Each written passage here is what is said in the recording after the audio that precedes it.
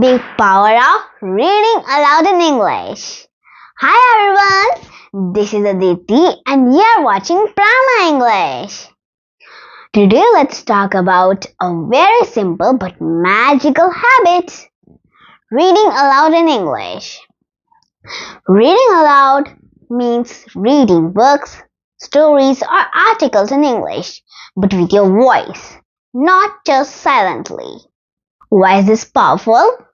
Because it improves three things at the same time: your pronunciation, your fluency, and your confidence. When you read aloud, your mouth learns the movement of English words. You also get used to the rhythm of English sentences. Slowly, your brain starts remembering sentence patterns. You can begin with children's books, storybooks, or even school textbooks.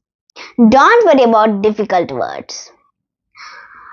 If you can't pronounce a word, check it online or ask someone. Here's a simple tip. Record your voice while reading aloud, then listen to it. You will notice where you need to improve. It's like becoming your own teacher. Just 10 minutes of reading aloud daily will make a big difference in your speaking skills. So, make this your new habit.